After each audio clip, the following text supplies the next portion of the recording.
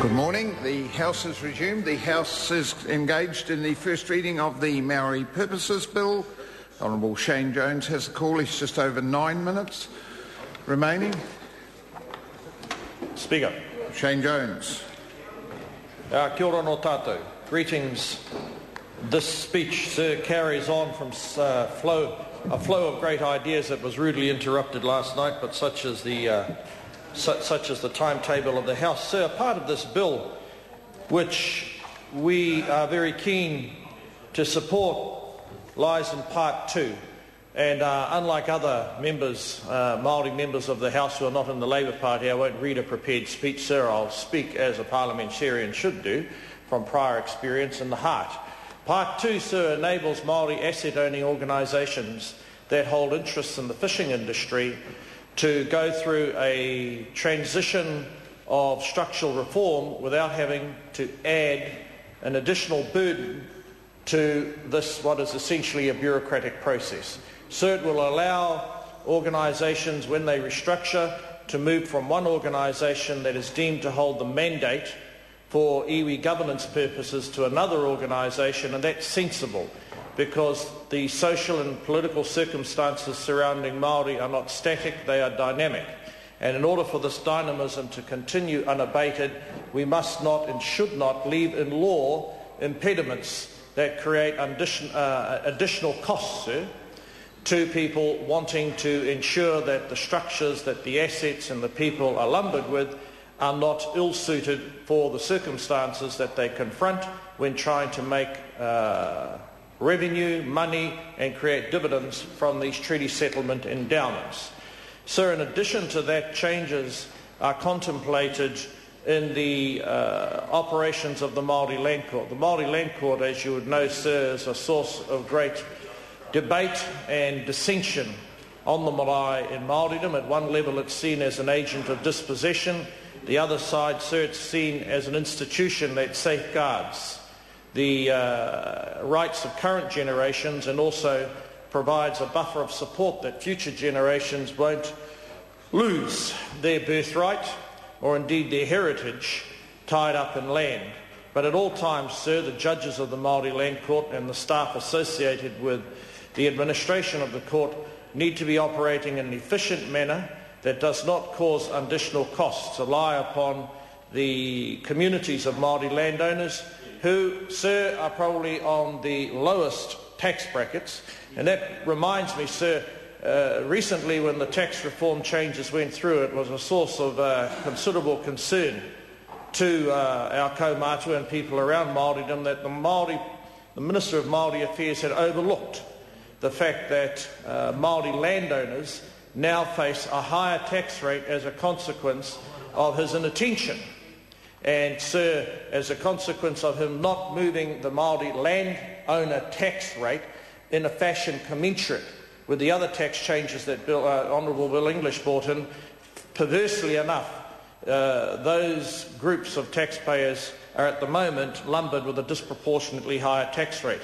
And I'm quite sure he'll eventually get around to it, but I rather fear for his long-term survival the election will arrive prior to that act. So I'll continue on other parts of this bill that a number of us on the Māori side of the parliamentarian community have had some experience with, lies with the trust boards. The trust boards were created in most cases, sir, during the 1900s, and they were designed to enable the iwi and their leaders of that day to have corporate statutory organisations to hold their assets and to distribute dividends. Now, as governance has improved, sir, there has been a greater level of importance attached to the actual people who are the defined beneficiaries having authority over these organisations as opposed to the Minister of Māori Affairs.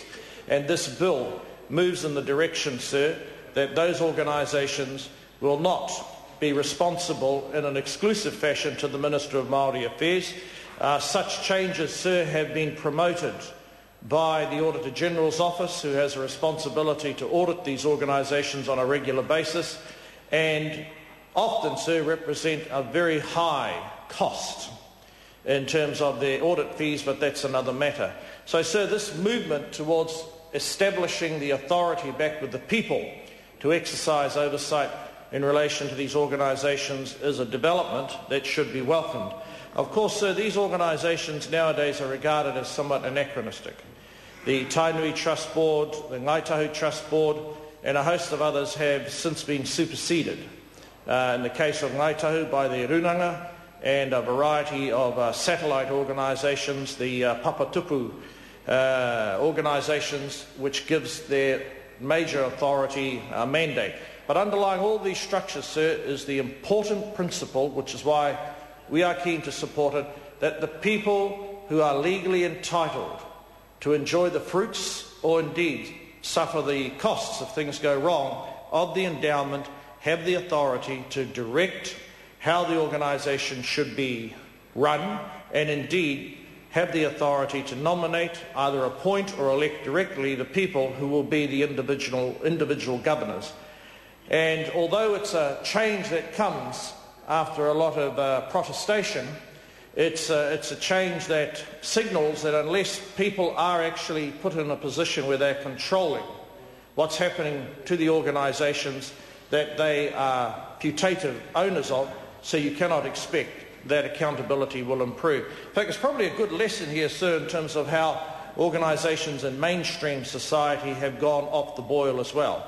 For everything that might be said of a negative character, sir, about Maori organisations, they did not lose $6.5 billion that was turned into chaff as a consequence of the various directors and other people, some of whom are going to jail, I hope, for the squandering of all the money, sir, of the nanas and the granddads and other investors that got poured into what has proven to be a sort of a bog of embarrassment called the financial sector community. So whenever I hear, sir, the ACT Party and others prattling on about problems with Maori stewardship, I love to remind them that the last time I checked, there weren't very many Maori organisations involved in the $6.5 billion meltdown of investor wealth, etc. But, sir, it's almost as if, sir, when that happens in our Pākehā community, it's natural. So there's not a large hue and cry. When you have a fraction of that loss within Māoridom, sir, it constantly makes front page. Unfortunately, one of the crosses that Māori governance organisations have to bear.